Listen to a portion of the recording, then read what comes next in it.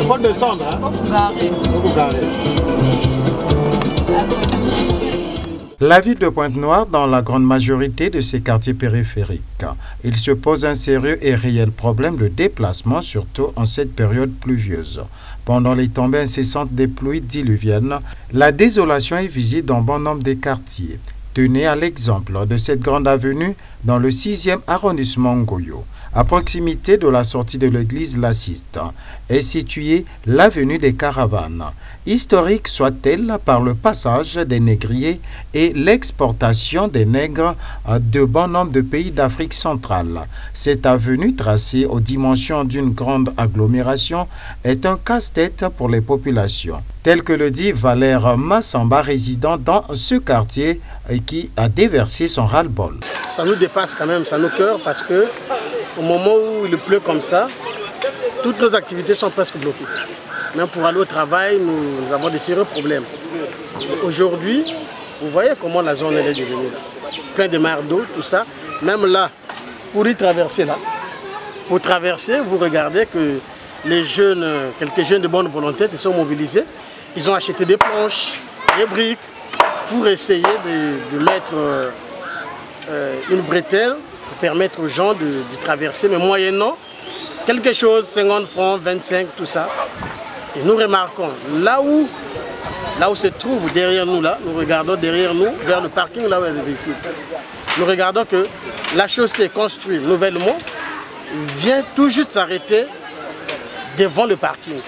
Et cette voie-là, la route-là, nous parlons parce que c'est une route historique, autrement appelée la voie de la route des esclaves. À l'époque, au temps colonial, au temps de l'esclavage, cette route-là permettait à transporter nos anciens, nos parents, qu'on a été allés vendre aux États-Unis, par-ci, par-là. Mais jusqu'à présent, vraiment pour nous, bon, parce que là, il y a eu que 4 pluies. Et si nous arrivons à 7-8 pluies, je pense bien que ce quartier-là sera inondé. Que le maire n'a qu'à regarder, n'a qu'à faire ce qu'il est en train de faire dans d'autres quartiers.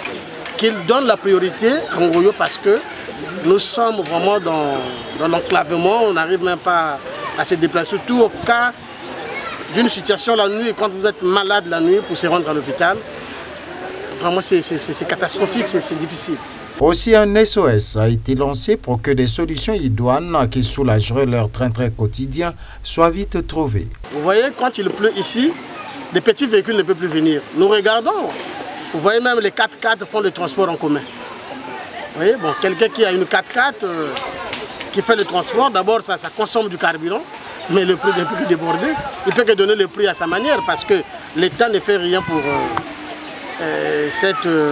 dans ces quartiers où le prix varie 300, 400, 500, surtout les heures un peu tardives là, parfois c'est 500 ou 1000 francs par personne. Donc à quel cesse avouer maintenant? Si nous n'adressons pas à monsieur le maire qui est le patron de la ville, je pense bien que peut-être que c'est à Dieu que nous allons adresser la parole. Mais Dieu ne pourra pas venir construire cette chaussée parce qu'il nous a donné des autorités qui peuvent mieux faire. Ils sont là pour arranger les conditions de la population. Capitale économique de notre pays, la route étant un facteur de développement, des délibérations sont prises, mais leur mise en application piétine.